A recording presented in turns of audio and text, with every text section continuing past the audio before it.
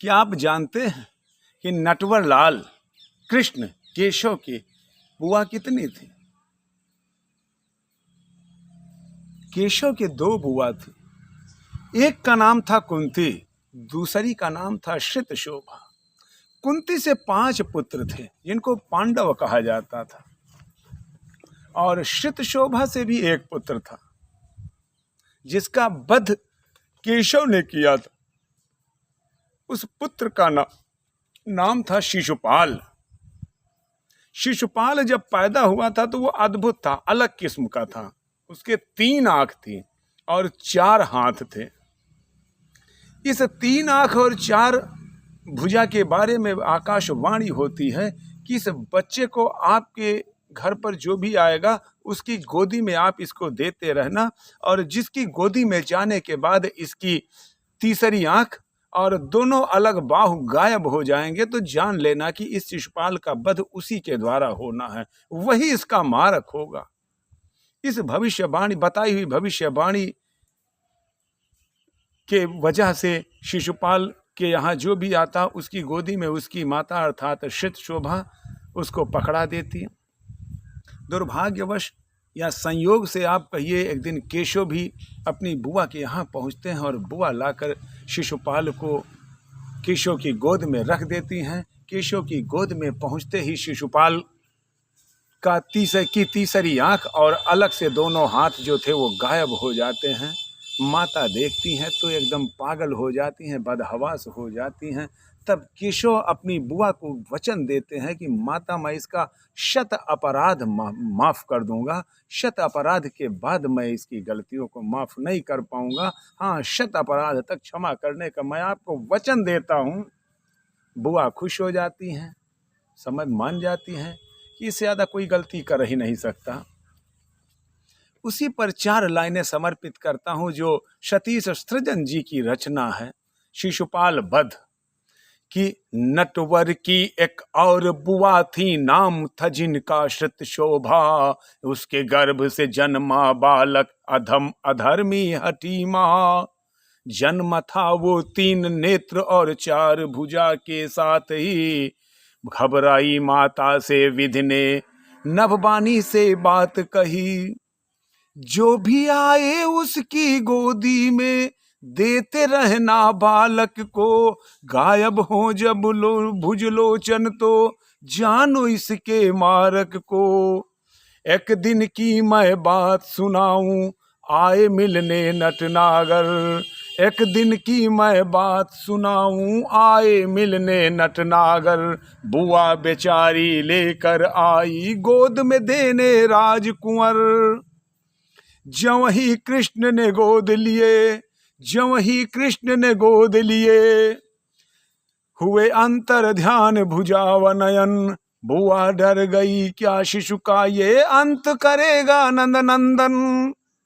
जानी बुआ सभीत तो बोले मधुसूदन गिरधारी हरि। 100 अपराध क्षमा कर दूंगा, कहकर सारी चिंता हरि।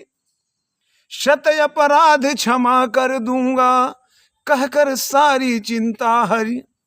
बीते वर्ष शिशु अब चेदिराज, बना शिशुपाल प्रबल। खल कामी अभिमानी क्रोधी, दंभी अवगुण उसमें सकल। जब भी कृष्ण से मिलता था कहता अपशब्द उन्हें मुख से।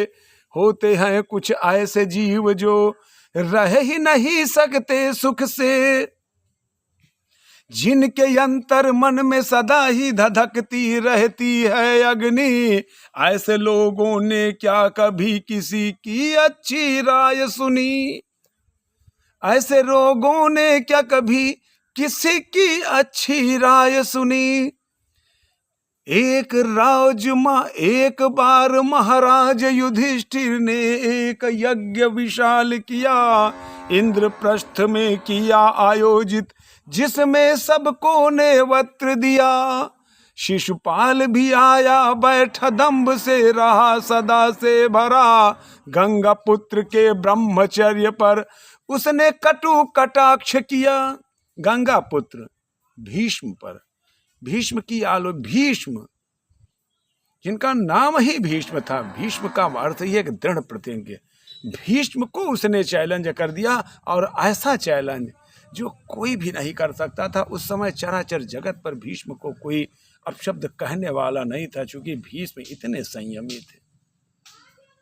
और उनके बारे में शिशुपाल ने जो पाया सो अपनी उदंडता, अपनी उच्च श्रृंखलता और अपने दंभ के वजह से कहना शुरू कर दिया।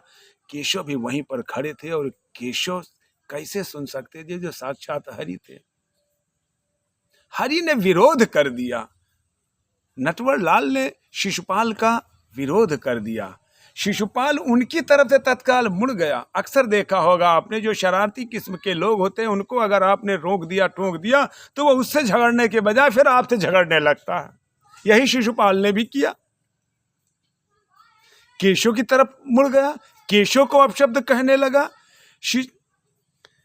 कि निर्लज्ज नीच नपुंसक क्या क्या वो बकता ही रहा, अपना सह भी लेते प्रभु पर भगत का ना अपमान सहा, सावधान हो जा पापी तेरे बस 10 अपराध बचे, सावधान हो जा पापी तेरे बस 10 अपराध बचे, ऐसा ना हो 100 होने पर मेरी भृगुट विशाल खींचे। 90 पूरा कर गया था, 10 बचा था, 100 का वादा था।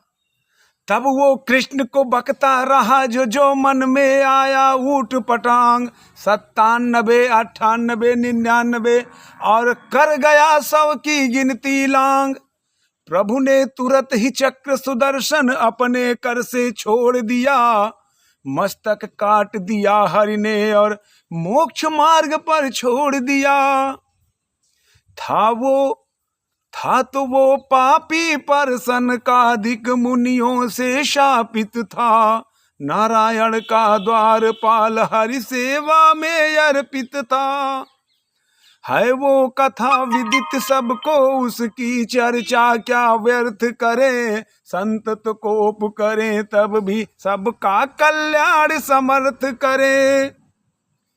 राम राम रट कर तो दस्यु भी ब्रह्मर्षि ही हो गया, जड़मत जिसने राम भजे हैं, कौन जो राम का नहीं हुआ, कौन जो राम का नहीं हुआ। आपसे गुजारिश है कि आपने अभी तक चैनल को सब्सक्राइब नहीं किया है तो इस नववाचक पीयूष मैत्र पाठी को अपना आशीर्वाद देने हेतु चैनल को सब्सक्राइब करेंगे और बेल आइकन की बटन को दबाएंगे और वीडियो को लाइक करते हुए शेयर भी करेंगे। आपका सबका परम साधुवाद।